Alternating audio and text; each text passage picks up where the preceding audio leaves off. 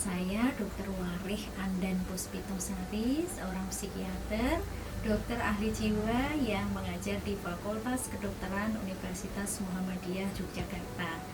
Saya praktek juga di PKU Muhammadiyah Gamping dan Klinik AMC. Bapak Ibu sekalian, pada sore hari ini saya ingin mengajak Bapak Ibu untuk berdiskusi tentang masalah pemakaian gadget pada remaja. Bapak Ibu, di era pandemi ini kita tahu bersama bahwa gadget menjadi kebutuhan utama ya bagi hampir semua anak dan remaja, karena proses pembelajaran banyak dilaksanakan secara online atau menggunakan daring, sehingga interaksi anak-anak dan remaja dengan gadget otomatis menjadi meningkat. Dan beberapa orang tua kemudian bertanya-tanya, aduh bagaimana ini efek dari interaksi gadget yang berlebihan pada anak. Nah, kita akan diskusi pada sore hari ini. Yang pertama adalah mengapa gadget ini dikhawatirkan gitu, atau dampak dari gadget terhadap anak dan remaja. Sebenarnya kalau gadget bisa diatur waktu penggunaannya dengan baik, ya sebenarnya tidak masalah. Tapi beberapa anak remaja kemudian menjadi lebih banyak menggunakan waktunya. Ada sebuah penelitian yang mengatakan rata-rata anak remaja menggunakan gadget lebih dari 6 jam dalam satu hari. Tentu saja ini bukan waktu yang singkat, sehingga remaja dan anak menjadi dominan bersama gadgetnya. Nah, ketika kemudian ini terjadi, maka dampak-dampak negatif yang bisa terjadi pada remaja adalah dia akan lebih asik, sebagian remaja menjadi lebih memilih atau lebih asik dengan dunia mayanya dibandingkan dengan dunia nyata, sehingga seringkali mereka lebih menyenangi aktivitas-aktivitas bersama gadgetnya dan kemudian meninggalkan aktivitas-aktivitas seperti interaksi sosial bersama teman, ya, kemudian ngobrol bersama keluarga, melakukan aktivitas-aktivitas positif, olahraga, keterampilan. Kalau dulu anak-anak sering bermain di luar, kemudian menjadi hilang digantikan dengan aktivitas yang banyak di dunia maya ini, sehingga berdampak misalnya pada tontonan-tontonan yang agresif, ya, kemudian tontonan-tontonan yang bersifat pornografi, dan ini akan berdampak yang negatif terhadap kesehatan mental anak dan remaja. Di samping kesehatan mental juga ada dampak pada kesehatan fisik, antara lain adalah mata, ya, sehingga fitur-fitur, ya, pantulan sinar yang terus-menerus dan mungkin dalam jarak yang dekat kurang tepat di dalam mengatur jarak melihat, ini juga akan beresiko terhadap kesehatan mata anak dan remaja. Juga dikatakan aktivitas tangan, ya, yang terus gitu, yang tidak hanya di sendi-sendi tertentu, ini juga bisa berisiko pada problem di sekitar persendian. Kenapa ketika anak itu sudah memegang gadget gitu, kemudian menjadi asik, ya, dan kemudian mengalahkan aktivitas lain? Apakah ini sebuah kecanduan gitu? Kenapa bisa gitu? Jadi kalau kita bicara tentang sebuah perilaku, ya, apalagi kalau sudah masuk dalam perilaku yang mengarah pada tadi kecanduan misalnya, maka sebenarnya kita sedang bicara tentang fungsi otak kita, otak manusia. Kenapa kok bisa terjadi kecanduan? Setiap anak, setiap remaja pasti menginginkan satu kondisi yang bahagia. Bahagia, nyaman itu pasti menjadi keinginan, harapan semua orang.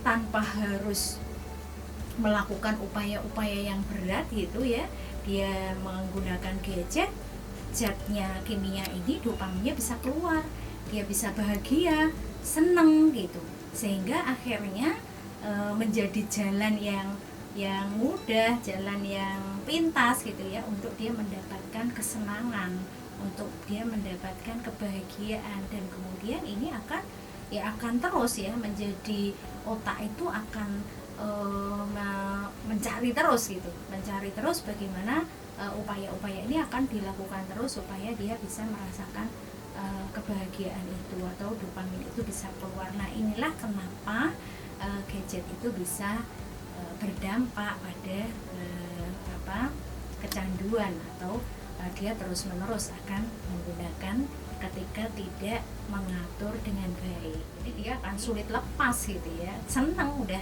lebih menyenangi itu dibandingkan dengan hal-hal yang lain ya, yang ada di kehidupan sehari-hari.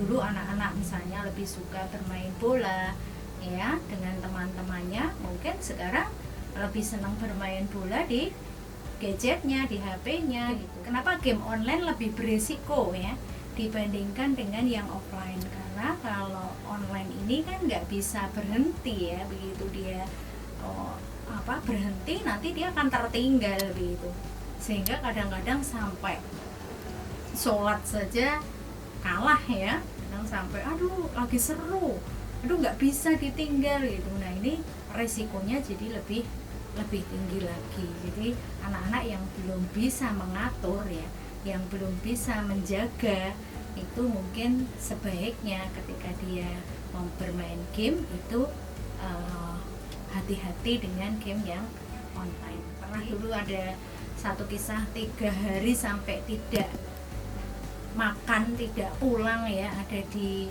warnet. Kenapa? Karena tadi nggak bisa berhenti nih. Dia apalagi semakin bintangnya semakin tinggi ya, prestasinya makin tinggi, dia akan tertantang terus untuk tidak meninggalkan gadgetnya. Nah ini yang perlu kita perhatikan supaya kita bisa berhati-hati di dalam mendampingi putra-putri kita. Beberapa tips ya supaya penggunaan gadget ini sehat untuk anak dan remaja kita. Yang pertama tentu berkaitan dengan fisik. Jadi menjaga jarak ya antara mata dengan layar itu tentu harus diatur supaya tidak berisiko pada kerusakan mata, kelelahan mata ya. Nah pada waktu-waktu tertentu tentu harus istirahat ya, diistirahatkan supaya mata juga beristirahat. Kemudian telinga juga ya, penggunaan headset itu juga harus diperhatikan supaya tidak berdampak. Kadang-kadang ada yang terus-menerus menggunakan ya, bahkan tidur pun telinganya dipasang headset. Nah tentu ini juga akan mengganggu kesehatan pendengaran ya.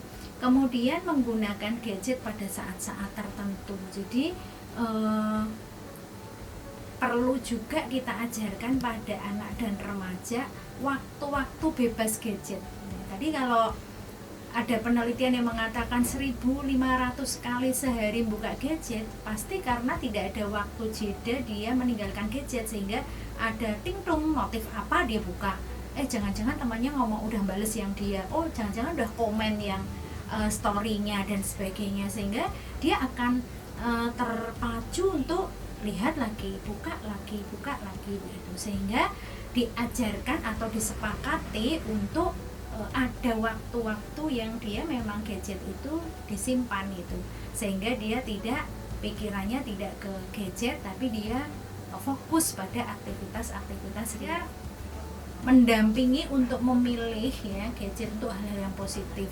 Sebenarnya banyak ya anak-anak yang suka membaca, bisa mendapatkan banyak bahan bacaan ya, mulai dari misalnya dia suka kisah para sahabat, kisah nabi ya, semuanya ada di dalam gadget, sehingga dia bisa lama dengan gadget tapi dia memilih yang tepat. Nah ini tentu saja tidak bisa diserahkan saja pada anak, tapi kita juga bisa mendampingi untuk memilih kita. Nah kalau sudah terlanjur kecanduan bagaimana ya, tentu kita coba upaya-upaya, langkah-langkah sederhana yang kita bisa. Dan kalau kemudian belum berhasil, jangan khawatir, bahwa kita bisa berkonsultasi pada petugas kesehatan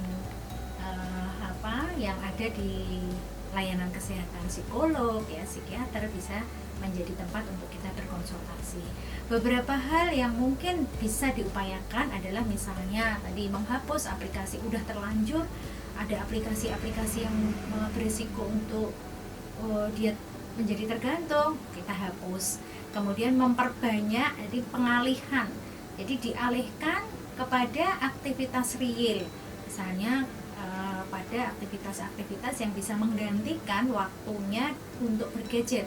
Nah ini kan sekarang masalahnya pandemi ya, dia mau dolan ya nggak bisa, mau main keluar ya sangat terbatas itu, sehingga mungkin memang aktivitas di dalam rumah itu yang bisa kita variasi, kita lihat apa hobinya ya, apa yang dia sukai, dan kita ajak bersama untuk memperbanyak aktivitas itu sehingga mengalihkan dari gadget.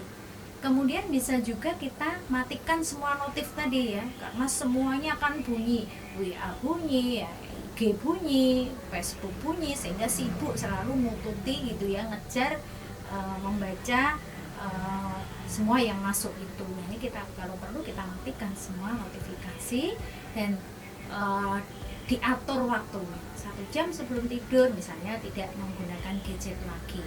Bangun tidur sebelum semua ya sedang sholat dan sebagainya tidak pegang gadget, itu salah satu upaya penjarangan ya, atau pengurangan waktu dan frekuensi ya untuk dia memegang gadget. Nah saya kira itu Bapak Ibu sekalian, ini adalah PR kita bersama ya. Saya kira menjadi orang tua yang bijak mendampingi anak bergadget itu adalah tugas kita semua, dan insya Allah semoga Allah mudahkan dan anak-anak kita menjadi anak-anak yang berkualitas, yang melek teknologi tapi bisa memilih, bisa mengambil dampak-dampak positif, dan bisa menjaga agar tidak terjadi dampak-dampak yang negatif. Terima kasih Bapak Ibu sekalian. Wassalamualaikum warahmatullahi wabarakatuh.